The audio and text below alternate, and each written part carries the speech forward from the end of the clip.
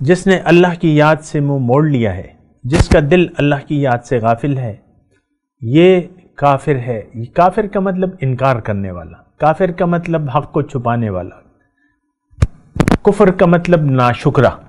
بہرحال میں اللہ کی پکار کی بات کر رہا ہوں۔ دیکھیں اللہ تعالیٰ کو پکارنا، انسان دنیا میں آ کے، یہ بات نوٹ کر لیں، انسان دنیا میں آ کے اللہ کی یاد میں زندگی گزارے گا یا اللہ کی یاد کو دل سے بھلا کر زندگی گزارے گا۔ اعوذ باللہ من الشیطان الرجیم، بسم اللہ الرحمن الرحیم۔ اللہم صلی علی سیدنا محمد معدن الجود والکرم وآلہ وسلم۔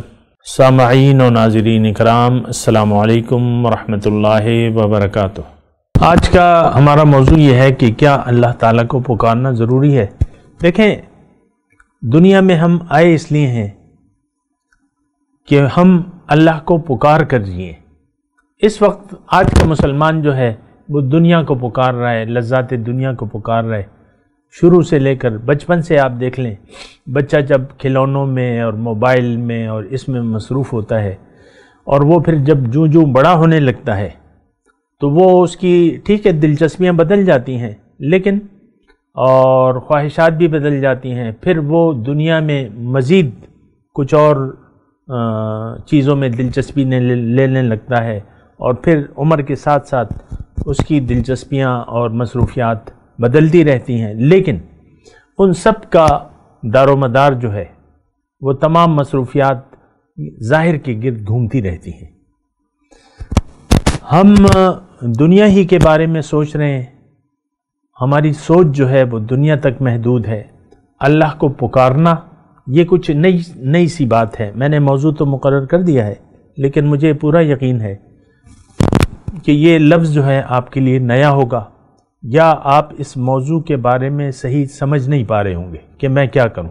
عام طور پہ دیکھ لیں، بہرحال میں آپ کو جو موضوع ہے وہ یہی ہے کہ کیا اللہ کو پکارنا ضروری ہے؟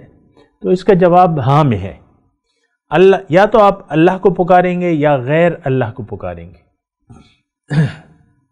دو راستوں پر بیک وقت آپ نہیں چل سکتے۔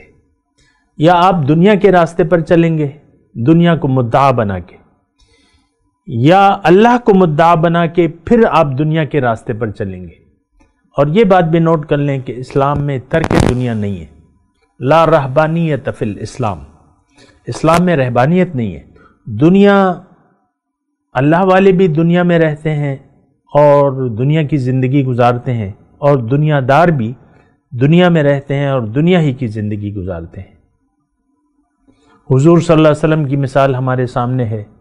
انہوں نے ایک بھرپور زندگی گزاری، دنیا کا بھی کام کرتے تھے وہ، مطلب دنیا کا کام مطلب یہ ہے کہ گھر گرہستی، بچے اور بیوی بچے، گھر کی ضروریات، یہ تمام وہ الگ بات ہے کہ دنیا کا انہوں نے جب ڈیوٹی ان کو حوالے کر دی گئی تو انہوں نے دنیا کا کام پھر نہیں کیا، وہ ایک الگ مسئلہ ہے۔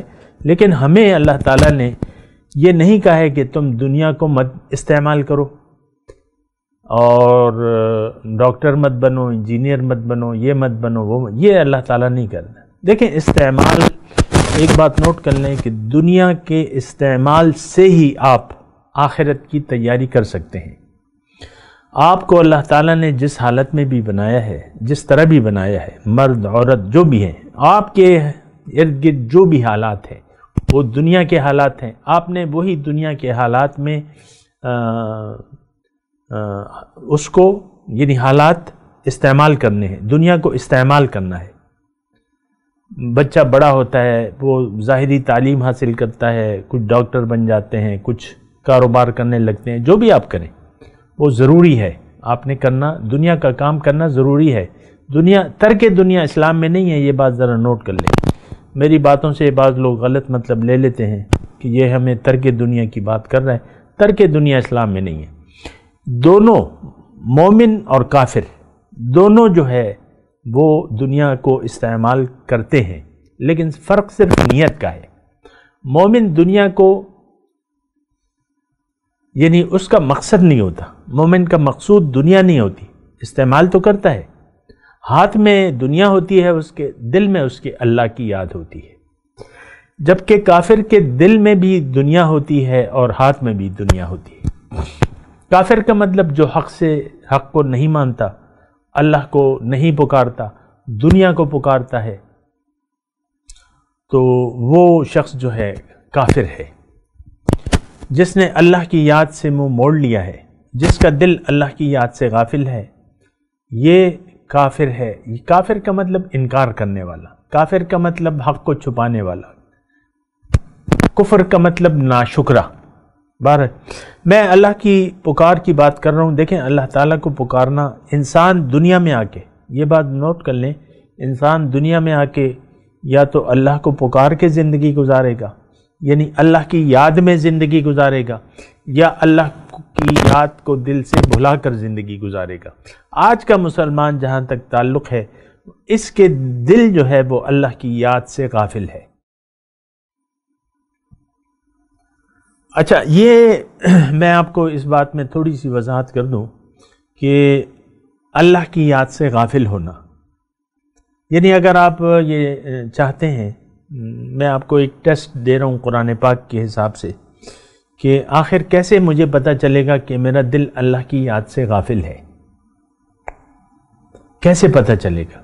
ہر شخص کہتا ہے میں تو تسبیحات بھی پڑھتا ہوں، میں تو کھجور کی گٹھلیاں میں نے ساری ختم کر دی، ساری بوری ختم کر دی، اور میں تو اللہ کو پکارتا رہتا ہوں، نماز پڑھتا ہوں، روزے رکھتا ہوں یا رکھتی ہوں، اور جو کچھ بھی ہے تو وہ ہم کرتے ہیں۔ تو یہ دراصل یعنی تھوڑی سی غلط فہمی ہے، میں زیادہ اس کی تفصیل نہیں کرتا، لیکن میں آپ کو کہہ رہا ہوں کہ کس طریقے سے ہمیں پتہ چلے گا کہ میرا دل اللہ کی یاد میں ہے کہ اللہ کی یاد سے غافل ہے۔ قرآن میں ایک آیت ہے وَلَا تُطِعْ مَنْ أَغْفَلْنَا قَلْبَهُ عَنْ ذِكْرِنَا وَاتَّبَعَ هَوَاهُ وَكَانَ أَمْرُهُ فُرُطًا۔ اس آیت کے ترجمے سے پہلے میں تھوڑا سا اس کا مفہوم اپنے زبان میں بتا دوں کہ اگر کوئی من چاہی زندگی گزار رہا ہے اور اس کا زندگی گزارنے کا مدعا، مقصود، محبوب اور مطلوب دنیا ہے، اور یہ دنیا کے لیے زندگی گزار رہا ہے، تو اب یہ من چاہی زندگی گزارے گا۔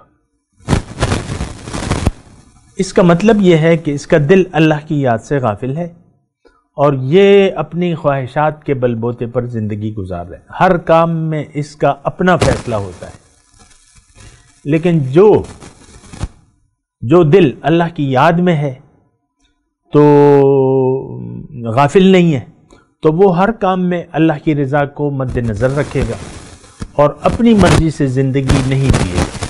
یہ میں نے تمہیدی جملہ بول دیا، میں آیت کا ترجمہ پڑھتا ہوں وَلَا تُطِعْ مَنْ أَغْفَلْنَا قَلْبَهُ عَنْ ذِكْرِنَا، اور آپ پیروی نہ کریں، آپ کہنا نہ مانیں اس شخص کا جس کے دل کو میں نے اپنی یاد سے غافل کر دیا ہے۔ اب یہ ہے کہ یہ وَاتَّبَعَ هَوَاهُ، یہ من چاہی زندگی گزار رہا ہے، وَكَانَ أَمْرُهُ فُرُطًا، اس کے ہر کام میں افراط و تفریط ہے، من چاہی زندگی گزارنا۔ یعنی یہ دیکھیں بہت آسان ٹیسٹ ہے کہ اگر آپ، بعض لوگ اس زعم میں ہوتے ہیں کہ بھئی میں تو اللہ کو یاد کرتا ہوں، میں تو تسبیحات پڑھتا ہوں اور یہ ہر وقت میرے ہاتھ میں تسبیح رہتی ہے۔ بعض لوگوں نے شوقیہ اپنے ہاتھ میں تسبیح رکھی ہوتی ہے، گھماتے رہتے ہیں۔ تو یہ ایک غلط فہمی ہے ہماری کہ ہم اللہ کی یاد میں ہیں۔ میں نماز پڑھ رہی ہوں یا پڑھ رہا ہوں، روزے رکھ رہا ہوں، اور جو بھی میں، یا لڑکا کہتا ہے میں نے تو داڑھی چھوڑ دی ہے، میں تو داڑھی نہیں منڈوا رہا، اور لڑکی کہتی ہے میں نے تو پردہ بھی کر لیا ہے، شرعی پردہ بھی کرتی ہوں۔ تو یہ ایک غلط فہمی ہے۔ چند ایک اعمال کر کے ہم سمجھتے ہیں کہ ہم اللہ کی یاد سے غافل نہیں ہیں اور ہمارا دل اللہ کی یاد میں ہے۔ یہ ایک دھوکہ ہے، فریب ہے شیطان کا، کیونکہ شیطان کا کام یہ ہے کہ وہ انسان کو اس کے غلط کام اچھے کر دکھا دے۔ شیطان کا کام یہ ہے وَيَحْسَبُونَ أَنَّهُمْ مُهْتَدُونَ۔ تو دیکھیں اللہ کی یاد، اگر آپ کا دل اللہ کی یاد سے غافل ہے تو اس کا مطلب یہ ہے، یعنی اس کی علامت یہ ہے کہ آپ من چاہی زندگی گزاریں گے اور گزارنا چاہیں گے۔ آپ کا کوئی رہنما نہیں ہوگا، نہ آپ رہنمائی لیں گے، نہ قرآن سے، نہ پیغمبر کی زندگی سے، نہ اپنے لیے آپ نے کوئی رہنما ڈھونڈا ہوگا۔ اس کا مطلب یہ ہے کہ آپ رہنمائی کے بغیر زندگی گزار رہے ہیں۔ اس کا مطلب یہ ہے کہ آپ اللہ کی رضا کو یعنی بھلا کر زندگی گزار رہے ہیں، اللہ کی رضا کو بھلا کر زندگی گزار رہے ہیں۔ تو آپ کا دل اللہ کی یاد سے غافل ہے، اور یہ بات جو ہے یہ بڑی خطرناک بات ہے۔ مومن جو ہے وہ اللہ کی یاد میں رہتا ہے ہمہ وقت۔ اللہ کی یاد کا مطلب یہ ہے کہ یہ زندگی میں اپنی مرضی نہیں کرتا، بلکہ اللہ کی رضا معلوم کرتا ہے، اللہ کی رضا کے مطابق زندگی گزارتا ہے۔ اللہ کی رضا قرآن میں ہے، اور اللہ کی رضا کے مطابق زندگی رسول صلی اللہ علیہ وسلم نے گزاری ہے۔ تو یہ اللہ کی رضا کے مطابق زندگی گزارتا ہے۔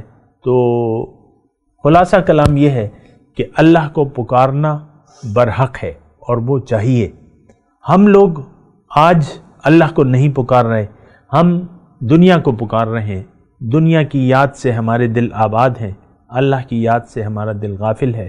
بات کرتے ہیں ایک وقفے کے بعد۔ وآخر دعوانا ان الحمدللہ رب العالمین۔ مولایا صلی وسلم دائما ابدا علی حبیبک خیر الخلق کلہم۔